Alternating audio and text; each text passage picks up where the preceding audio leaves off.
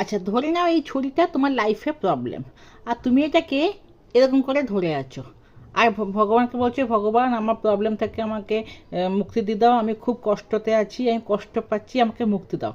তখন ভগবান কি করবে? এইখানটা ধরে টানবে, আর যদি টানলো, তোমার হাতে এখানে রক্ত বেরোবে, ঘা হবে, তোমার কষ্ট হবে। তাহলে অন্য অপশন কি আছে? অন্য অপশন এটা আছে, এই যে তুমি প্রবলেমটা ধরেছো, এটা তুমি নিজেই ছেড়ে দাও।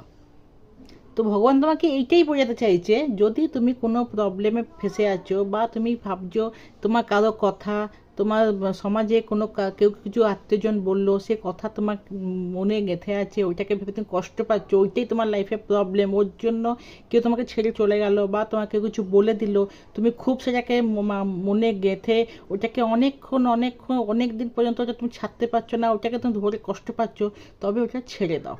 ভগবান তোমাকে এইটাই বোঝাতে চাইছে। আর তোমরা কী করছো না, কেউ মনে করো কিছু বলে দিল, বা কারোর সঙ্গে ঝগড়া হয়ে গেল, তুমি ওটাকেই ভেবে বসে থাকছো যে আমি কী করে, ও ছেড়ে চলে গেল, আমি কী করে বাঁচবো, সে আমার কিছু বলে দিল, আমি কি, এটা আমার কী কী বললো তো কী হলো, গায়ে ফোসকা পড়ে গেল? না না। তাই তুমি তাকে ছেড়ে দাও। জীবনে অনেক কিছু আসে যে তাকে ছেড়ে দিয়ে তাকে তুমি আগে বাড়তে হয়, এর দ্বারা তুমি নিজেও ভালো হবে, তোমার সমাজও ভালো হবে, তোমার আত্মীয়গণও ভালো হবে, আর সবার সঙ্গে তুমি মিশে থাকতে পারবে। তাই কেউ কিছু বললে তাকে ছেড়ে দাও, কেউ তোমাকে ছেড়ে চলে গেলে তাকে যেতে দাও। তুমি তোমার প্রবলেমকে নিজেই সলভ করো।